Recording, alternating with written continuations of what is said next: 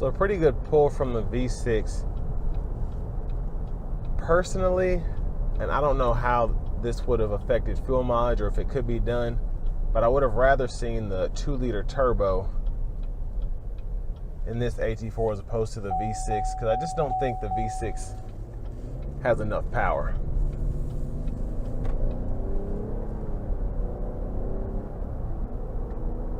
And I like having the boost, but I mean, it's adequate. Just tends to be a little louder, a little whiny in my opinion.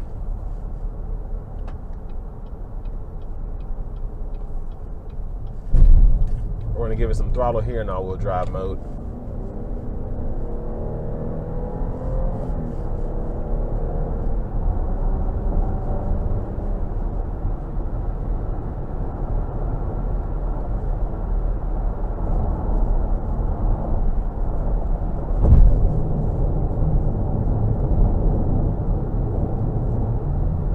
So in all-wheel drive mode, our instantaneous fuel economy is right at 18. I'm going to put it back in 2-wheel drive mode. And then we're getting closer to 26, 27.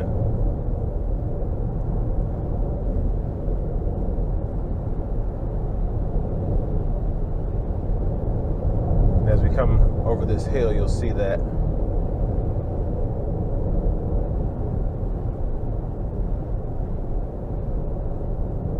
So, decent fuel economy. Like I said, when I drove the 4-cylinder turbocharged one, it seemed to get a lot better fuel economy on the interstate around this speed.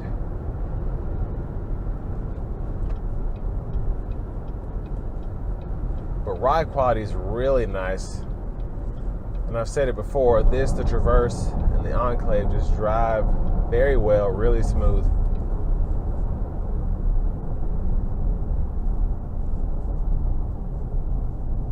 And a nice firm brake pedal. When you first put your foot into it, you start stopping, but it doesn't jerk you.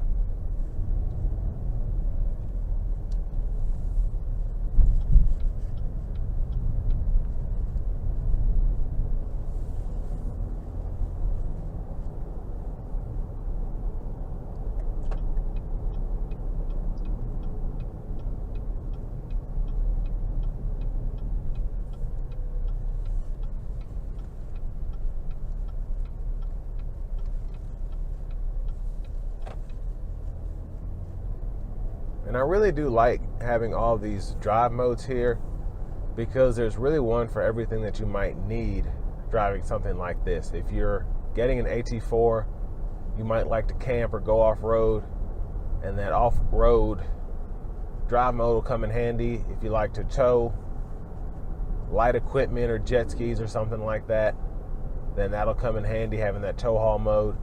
And then having the sport mode when you need to get up and go, and the all-wheel drive mode when maybe it's a little bit of ice on the road or something like that. You really can use this in just about every driving instance. And then days like today, when it's just hot out, you can use that 2-wheel drive mode.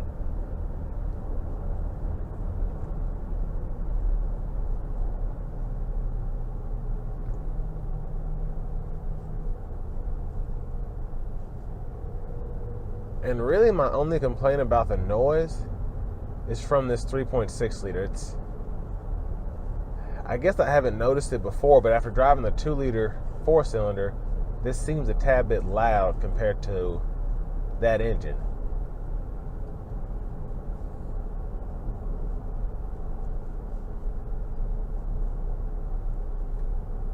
But like I said, ride quality is great.